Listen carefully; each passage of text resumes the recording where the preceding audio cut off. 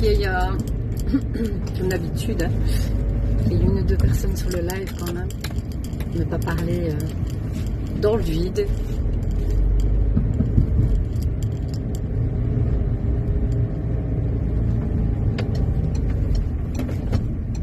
Hello, n'hésitez pas à partager. Je pense que c'est une réflexion encore sympa que je vais essayer de faire aujourd'hui. Donc j'essaie de concentrer ce que j'ai à raconter sur les petites vidéos. Bonjour à tous, bonjour. Je voulais revenir sur des faits d'actualité. Tout ce qui se passe pour le moment, j'aimerais bien faire une petite réflexion. On a eu comme nouvelles, évidemment, des nouvelles qui sont assez incroyables, puisque bon, on parle de la mort du pape. Et ça déchire encore bien des esprits, cette mort du pape. Et j'aimerais quand même revenir sur certaines choses par rapport à lui. Alors, des photos de la dépouille du pape circulent sur le net. Alors, il y en a certains qui sont outrés de voir qu'on partage des photos de la dépouille du pape. Sauf que ça a été le cas pour plein de monde. On n'en fait pas au foi. Tous les saints et c'est très tendance dans l'église catholique de montrer les corps des défunts. Même pour les hommes politiques, on montre le corps des défunts. On n'en a jamais fait un foi. Et à l'heure actuelle, je vois qu'il y a quand même quelques personnes qui sont quand même avec un esprit un peu éveillé. Je sais qu'ils sont ces personnes intelligentes qui viennent nous prendre la tête et me prendre la tête en particulier parce que Anne, qui est pleine de bienveillance, montre des photos du pape mort. Est-ce que c'est un manque de respect? Alors moi j'aurais envie de dire, et il y en a certains qui aiment bien d'en faire des tonnes et qui font des textes à rallonge en disant ouais, c'est un manque de respect de montrer les corps, etc. Alors, il faut quand même être... Bonjour Lana. Il fut un temps où les photographes faisaient des photos avec les morts. C'était la dernière photo et on avait le mort qui était représenté dans les photos de famille. On n'en faisait pas tout à fois. Et à l'heure actuelle, là pour le moment, il y a un petit côté un peu qui divise les gens qui sont dans la dissidence entre guillemets de ce qui se passe, hein, puisque il n'y a pas toute une vérité, il n'y a pas tout un mensonge, et il faut vraiment rester dans la nuance. Et je remarque qu'en fait ça commence à être des critiques, des reproches, parce que certains qui sont catholiques considèrent que c'est honteux de montrer le pape sur le net. Alors il faut savoir quand même que le pape sur le net, les images qu'on en a vues sont assez impressionnantes, puisque bon, il est embaumé, c'est ok. Ça n'a pas l'air d'être un embaumement qui est récent, ça c'est déjà une chose. Et puis son gros bleu sur la joue, bonjour Michel, son bleu sur la joue est quand même assez impressionnant. D'où moi mon questionnement de savoir, puisqu'il paraît qu'il aurait fait un arrêt cardiaque et qu'il serait tombé. Il n'y a pas eu d'autopsie et ce bleu est quand même un peu particulier. Donc voilà, je me pose la question en sachant que vous savez bien que les Simpsons font parfois des vidéos, enfin les dessins animés des Simpsons proposent comment dire une version de l'histoire qui se produit en règle générale, et qu'on avait parlé que le pape était mort le 3 avril, il devait mourir le 3 avril. Et j'ai attendu tout le 3 avril en me disant c'est aujourd'hui, et non, les Simpsons pour moi avaient tort. Je me pose la question finalement si ça fait pas un mois que le pape est embaumé. Je me pose des questions. Alors il y en a qui vont me dire oui mais on l'a vu la veille, il a fait son discours la veille. Oui, sauf que vous savez très bien qu'il existe des hologrammes. On fait maintenant des concerts où on montre en spectacle des hologrammes. Ou vous savez très bien qu'il existe également des masques qui sont super bien faits en caoutchouc, en latex, qui peuvent donner cette impression que la personne est vivante, alors qu'en fait ce n'est qu'un masque, donc c'est pas la personne qui est là.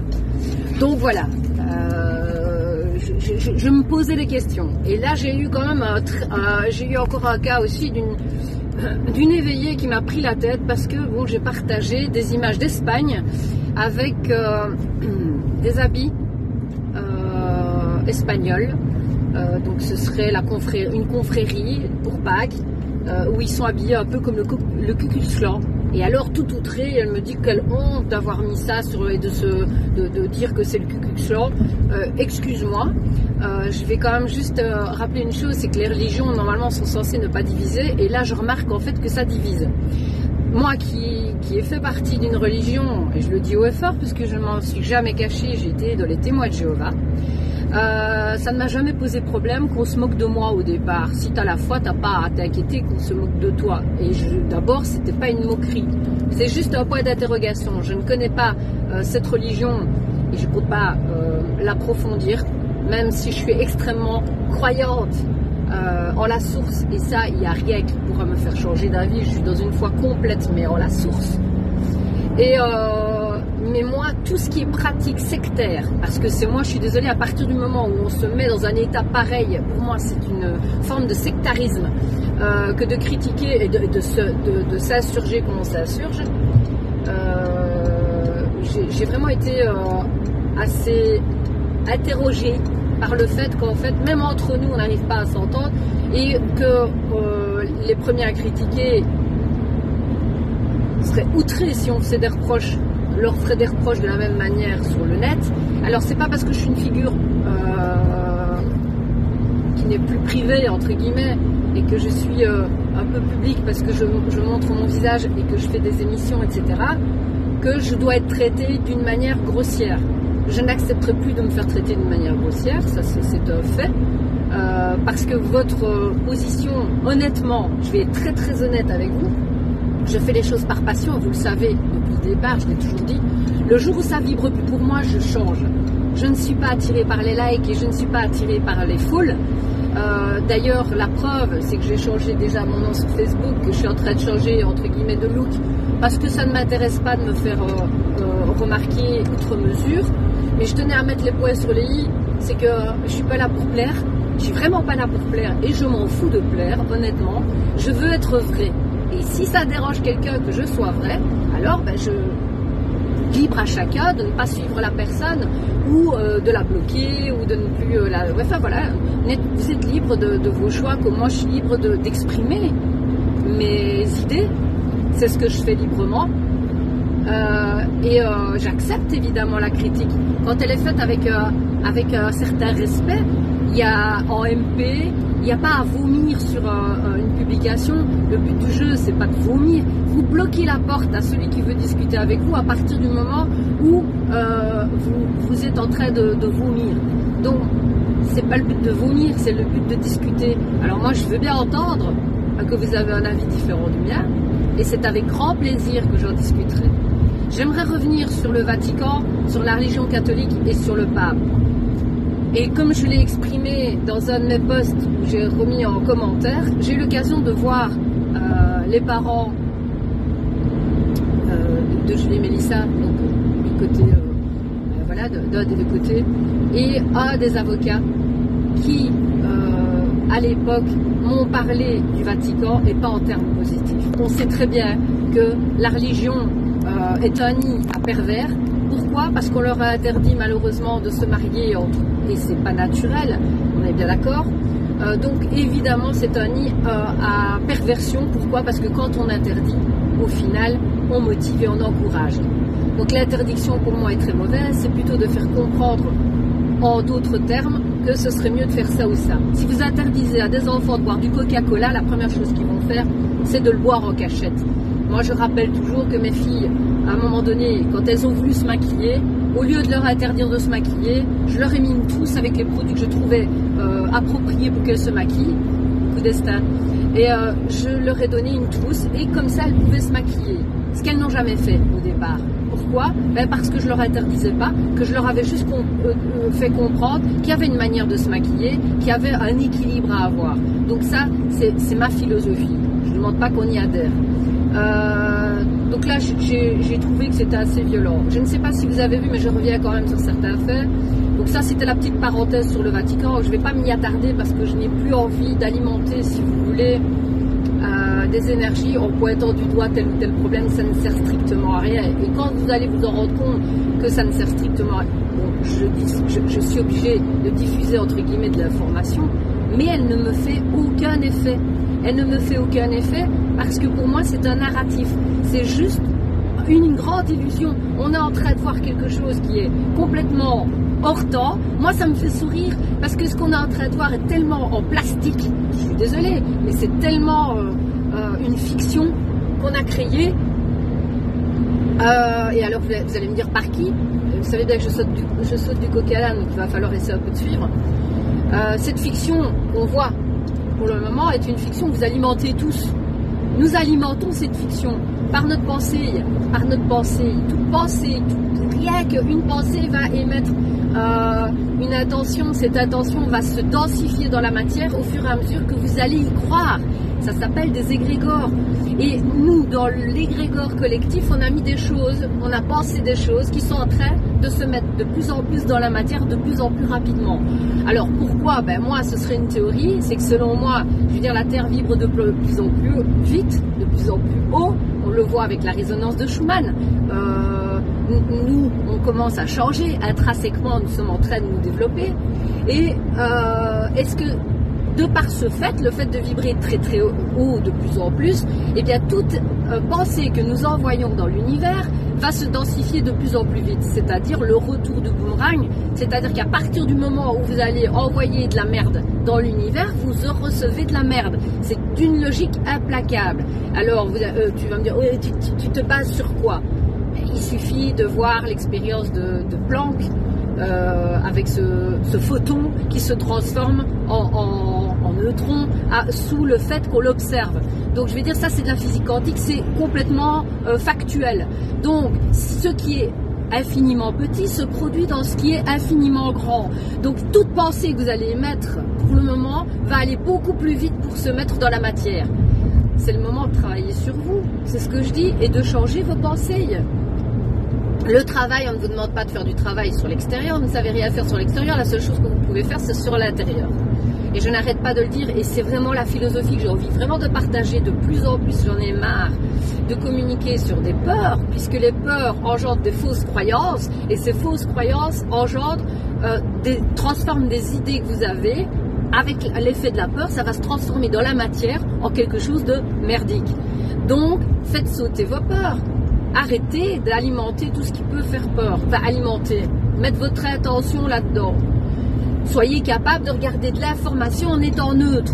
Donc, je vais dire, c'est pas que je vous interdis de regarder l'information. Vous devez observer. Moi, j'observe l'extérieur, je ne fais que ça. Mais ça ne peut plus m'impacter. Je n'octroie pas à qui que ce soit le droit de m'impacter. Donc voilà, ça peut rester le plus apaisé possible. Quand vos émotions sont apaisées, vous devenez des co-créateurs. Et c'est pour ça que je parle du livre de Mark Torfin. Là, je suis en train de le dévorer. J'adore réellement de comprendre, parce que là, c'est pas que des mots, c'est pas comme Le Secret ou la théorie de l'abondance, d'attirer à soi des choses. Non, il y a tout un mécanisme qu'il faut comprendre, parce que tout ce que vous allez mettre dans vos pensées alimente votre réalité. Et ça, c'est vraiment hyper important. Alors, qu'est-ce qu'on a à suivre l'actu? Je me dis que, bon, si tu peux la suivre l'actu, à partir du moment où tu es conscient que ça ne doit pas impacter sur toi. Tu peux t'informer pour avoir une notion d'où tu te situes. Mais à la fois, si tu n'es pas capable de le faire de manière neutre, il ne faut pas le faire. La loi d'attraction, merci Lana. Donc, bon, moi, j'ai une carte de presse, c'est un peu mon travail d'informer. Alors on va me dire, oui, mais tu dois être neutre pour informer. Sachez quand même que RTBF, RTL, BFM Merde, etc. ne sont pas neutres. Moi, évidemment, par mon expérience, ma croyance, etc., je ne peux pas être neutre non plus. J'ai un filtre de perception qui va être différent de BFM TV, de RTL TVI ou d'autres choses. Puisque, en tant qu'humain, j'ai un filtre de perception qui va me donner une traduction bien personnelle. Oui, génial, Lana. Donc, tu vas avoir un filtre de perception bien personnel qui va se mettre en place et qui va donner une traduction à un élément, à quelque chose que tu observes. Donc, le mieux à faire, c'est de garder la neutralité possible, la plus grande neutralité, en essayant de travailler sur soi, en essayant de savoir si c'est une peur qui a été mise par des croyances extérieures et même tes croyances intérieures mais qui étaient faussées, ou alors est-ce que c'est une réalité. Faire bien la différence entre est-ce que c'est ma perception des choses ou est-ce que c'est une réalité, une observation neutre. Moi, ce que j'ai observé par rapport au pape, c'est qu'il a un bleu sur la joue et je me pose la question, à quoi est dû ce bleu? Il a changé morphologiquement. Le pape d'il y a 4-5 ans n'est plus du tout le même qu'à l'heure actuelle. Alors vous allez me dire, oui, mais c'est ses médicaments, etc. Il n'a pas la même morphologie. Il suffit d'observer, vous verrez qu'il n'a pas la même morphologie. Donc à un moment donné, il faut essayer de voir que il y a des choses que vous observez en ayant un aspect neutre. Je ne suis pas là pour détruire une religion, je ne suis pas là pour démolir la foi de quelqu'un d'autre, j'en ai rien à faire en fait de la foi, puisque toutes les foi mènent au fait de faire une introspection sur soi et d'être en contact avec son Christ. Je sais que les gens ne sont pas prêts, malheureusement il y a des gens qu'il ne faut pas comprendre et c'est bien malheureux, je le vois, et c'est pour ça qu'on vous demande de travailler sur vous-même. Tout est illusoire. Je vois bien que ça n'intéresse peut-être pas certains. Et c'est pas grave. Je le dis, je sème des graines. À un moment donné, vous allez être mature. Il n'y a rien à faire. Vous allez comprendre que le seul travail qui est intéressant à faire, c'est celui que vous allez faire sur vous-même. Et c'est pas ce qu'on va faire par rapport à l'extérieur. On ne peut pas changer certaines choses. Vous le savez, je n'ai pas le pouvoir de changer certaines. Par contre, j'ai le pouvoir de changer mes pensées. J'ai le pouvoir de changer ma perception des choses. J'ai le pouvoir à partir du moment où je travaille sur moi-même, de devenir co-créateur. Et ce travail, c'est vraiment une concentration. Ça demande énormément de concentration et ça demande également une introspection. L'introspection, comment vous pouvez la faire? Parce que, oui, mais je fais l'introspection, etc. Ok, c'est parfois de vous retrouver tout seul et de vous analyser ou d'avoir à côté de vous des gens qui peuvent vous faire un effet miroir, un effet où vous pouvez discuter avec des personnes qui vibrent comme vous, qui se posent les mêmes questions que vous. Arrêtez. Alors, je vais aller très loin, hein, mais moi, à l'époque, quand j'étais témoin de Jéhovah, justement, on disait, lors des réunions, ne fréquentez pas les gens du monde. Alors, à l'époque, je trouvais ça très pour diviser. C'est pas dans ce sens-là qu'on doit le voir. Ne pas fréquenter les gens du monde, c'est essayer de se préserver, de préserver sa haute vibration en ne fréquentant pas des gens qui sont dans une vibration qui est beaucoup plus basse que la nôtre.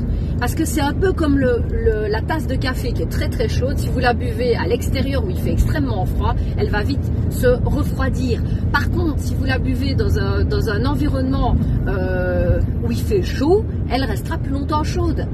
C'est tout. Donc, je vous demande de vous préserver. Préservez-vous. Si vous n'êtes pas OK à regarder l'information sans avoir d'impact, sans recevoir un certain impact de peur, ne regardez plus l'information. Moi, je vous avoue, il y en a plein qui me mettent sur des groupes. Je m'enlève des groupes. Je fais semblant de ne pas répondre. J'ai pas envie d'alimenter des groupes de discussion où ce sont des groupes de discussion qui, pour moi, n'ont aucun intérêt. D'alimenter des faisceaux de peur, ça ne m'intéresse pas. On remarque même dans les gens qui sont soi-disant éveillés ou qui sont dans un processus d'évolution, c'est même pas un jugement parce qu'en fait on est tous à des stades différents, donc il n'y a même pas de jugement. Ceux qui se disent qu'ils sont à un certain niveau d'éveil ne sont pas tous au même niveau. Il y a une progression qui se fait et c'est à titre individuel. Si vous voulez être sauvé, c'est à titre individuel que vous devez travailler. Ce n'est pas à titre collectif. Maintenant, s'entraider avec des gens qui vibrent comme vous, moi je vous l'encourage vivement. C'est vraiment de fréquenter des gens qui vous nourrissent. Tout est un système d'énergie. Quand vous allez comprendre qu'en fait tout échange que vous avez avec les gens est un échange vibratoire, un échange d'énergie. Si vous fréquentez des gens qui vous pompent votre énergie, eh bien vous allez vous vider énergétiquement. Si vous rencontrez des gens qui vous nourrissent parce qu'ils ont des philosophies et des manières de parler qui vous tirent vers le haut, ça va être porteur. Je vous encourage vraiment à faire un tri dans les gens que vous fréquentez. Alors vous allez me dire, oui mais moi je travaille. Ok, je comprends tout à fait. Alors préserve-toi des moments. Donc je me préserve alors des moments où je suis en connexion qu'avec moi-même, qu'on ne m'emmerde pas. J'ai juste envie de dire que j'ai pas, je ne veux pas qu'on me pollue. C'est ça en fait. Je ne suis pas là pour qu'on me pollue. Et je me réserve le droit de décider avec qui j'ai envie de parler ou avec qui j'ai pas envie de parler. C'est pour ça que même au niveau de mes émissions, j'ai diminué. Pourquoi? Ben pas parce que je n'aime pas de rencontrer les gens, j'adore ça. Vous le savez, je fais ça par kiffance, comme je le dis toujours. Mais à un moment donné, il faut savoir se dire que qu'il y a un temps pour se ressourcer. Et là, je crois que vous oubliez parfois de vous ressourcer. Je vois des gens qui ne font que partager tout le temps des choses négatives. Essayez de contrebalancer par des choses positives. Nourrissez-vous du beau. Dites-moi ce que vous ingérez, je vous dirai qui vous êtes. Savoir dire non, mais c'est le petit mot magique. C'est le mot en fait que plus personne ne sait dire. Pourquoi? Parce qu'on vous a imposé de faire plaisir à tout le monde et de vous faire sucer votre énergie par tout le monde. Moi, c'est stop. Et vous savez quoi? Pour moi, c'est la plus belle preuve de respect. C'est de pouvoir dire non à ceux qui me polluent. Pourquoi? Parce que s'ils me polluent, je suis plus open à les écouter. Alors, je préfère dire non, je ne suis pas OK aujourd'hui pour t'écouter. Mais par contre, je ne sais pas par où je dois aller, je suis bloquée. Je vais me mettre un petit peu sur le côté. Donc, je ne suis pas open à t'écouter parce que je n'ai pas la force de t'écouter. Et c'est beaucoup plus respectueux de dire aujourd'hui c'est pas OK pour moi et aujourd'hui c'est OK pour moi. Alors pour le moment, on voit que le taux vibratoire chez les personnes est complètement différent. Je m'arrête un petit peu, je continue. Le taux vibratoire est fort différent. Il y a vraiment des grosses fluctuations entre ce qu'on appelle les normies, ceux qui ne se sont pas remis en question et ceux qui sont en train de s'élever au niveau conscience. Et c'est très difficile pour le moment parce qu'on est entre deux mondes. On est en train de faire le grand écart à la Van Damme entre deux gros poids lourds et c'est de trouver sa stabilité pour essayer de tenir le coup. À un moment donné, on va passer à gauche ou à droite, mais il va falloir qu'on choisisse. C'est là que je vous dis qu'il va falloir vous positionner. C'est là qu'il va falloir voir ce que vous avez envie de faire. Parce que après avoir envoyé une pensée, après avoir émis une intention, après avoir vérifier les synchronicités, après avoir eu des échanges avec les gens, il va falloir le mettre dans la matière et mettre dans la matière ce qui vous fait vibrer parce que c'est là que vous êtes le plus fort. C'est quand vous êtes hautement, comme je dis, en fait, l'univers, c'est un grand mécanisme d'horloge. Il y a différents rouages. Et je vais revenir là-dessus parce que je trouve que c'est extrêmement important. J'en parlais et c'est une compréhension que vous devez avoir. Il n'y a pas de bien, il n'y a pas de mal. Il n'y a rien comme jugement que vous devez observer. C'est là qu'il faut une certaine neutralité. Attali a sa raison d'être. Macron a sa raison d'être. Et d'autres, comme Claire Séverac, avaient leur raison d'être. Parce que je sais pas, tous les gens qui sont dans la négantropie ont leur raison d'être également. Je répète, entropie, c'est destruction, c'est crier de l'humus. Négantropie, c'est ce qui germe, ce qui grandit. Et les deux sont nécessaires pour produire la vie. Ah, ben voilà. Et j'aime bien, Lana, c'est bien que tu comprennes, c'est bien, c'est quelque chose qu'il faut partager comme notion, parce que sinon les gens se bloquent sur observer ce qui est négatif, se nourrir de ce qui est négatif. Non, il n'y a plus de jugement à émettre. Vous êtes dans quelque chose de neutre. Vous observez de manière neutre. Il faut, et alors c'est deux engrenages, il vous faut l'engrenage qui soit négatif et l'engrenage positif pour que ça bouge. Si vous allez avec deux engrenages positifs, ça cale. D'accord? Si vous comprenez. Prenez des engrenages d'horloge. Il faut qu'il y ait un qui aille vers la droite, l'autre qui aille vers la gauche, pour que ça ait un mouvement. Et si vous voulez que ça bouge, et que vous voulez que ça progresse, il faut qu'il y ait cet engrenage. Il est nécessaire. Donc le bien et le mal sont nécessaires. La seule chose qu'on vous demande, c'est de dire qui servez-vous? Dans quel engrenage êtes-vous? Positionnez-vous pour donner de l'élan à votre engrenage. Et c'est ça qu'on vous demande de faire. Et c'est là qu'on vous demande de mettre dans la matière où vous vibrez. C'est important. Voilà, je pense que c'était ce que je voulais... Ah oui, et j'ai une autre petite chose que j'aurais bien voulu vous parler. Je ne sais pas si vous avez vu dans mon fil d'actualité.